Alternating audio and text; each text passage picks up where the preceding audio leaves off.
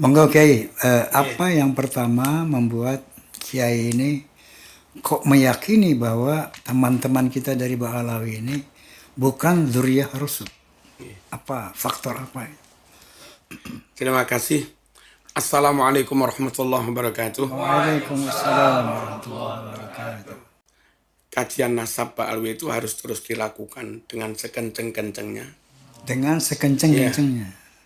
Karena satu, beberapa oknum dari mereka yang merasa keturunan Rasul dalam diri aneh mengalir darah Rasulullah SAW.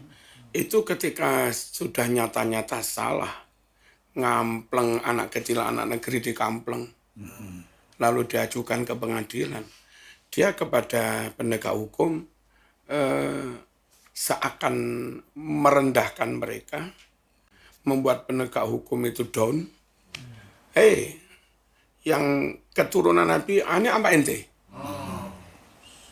Seakan-akan status keturunan Nabi itu dijadikan alat supaya mereka kebal hukum.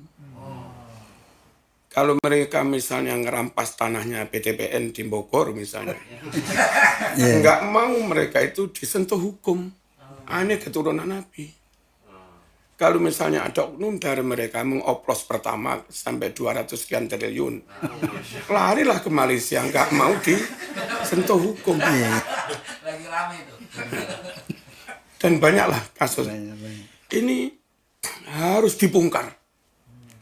Karena mestinya status sebagai keturunan Nabi kalau benar. Benar-benar untuk memberkahi umat. Doa mereka mustajab. Umat berkesempatan minta doa pada mereka. Mereka lemah lembut. Umat kepingin melihat akhlaknya Rasul, cukup melihat akhlak anak cucunya. Harusnya seperti itu kalau benar-benar cucunya Rasulullah SAW. Mereka sebegitu mudah mengatakan aneh keturunan Rasul. Dalam diri aneh mengalir darah Rasulullah. Tanpa bukti. Baik bukti tertulis, buku nasab yang bersambung, ataupun bukti secara ilmiah, misalnya tes DNA.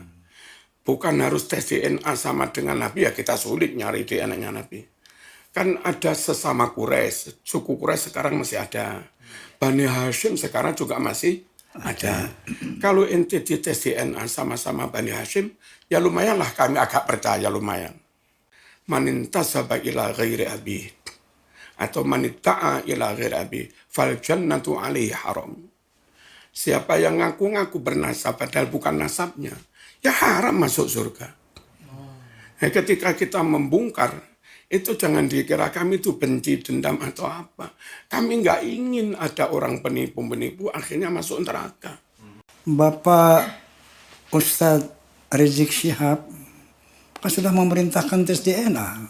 Tapi dicabut oleh menantunya. Dicabut. Ya, fatwa itu dicabut oleh menantunya. Tapi kan diperintahkan oleh mertuanya. Itu intern mereka, Pak. Nggak tahu.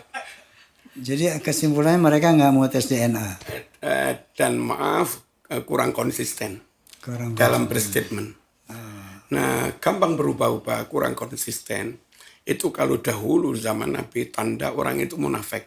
Oh, munafik. Nggak tahu kalau sekarang masih termasuk tanda munafik apa. Kalau dulu munafik. Ya. Kalau sekarang apa ya? Sama kayaknya. Al-irku dasar, kata Nabi. Faktor genetik. Itu kalau memang gen yang kuat, mesti menurun kepada anak cucunya. Wali Songo yang luar biasa. Atau kalau keturunan Jawa, raja-raja Jawa dari Ndoho. Lalu Ndoho pindah ke Singosari. Lalu Singosari pindah ke Majapahit. Lalu ada Brawijaya. Itu di Jawa gen yang top-top. Ternyata setelah anak cucu mereka masuk Islam, jadi ulama besar-besar juga. Dari gen Rasulullah itu muncul, semisal kayak Syekh Abdul Qadir Al-Jilani. Luar biasa. Dan saya yakin termasuk Wali Songo, luar biasa. Ini orang ngaku gennya Rasulullah, terus secara karakter nggak masuk sama sekali.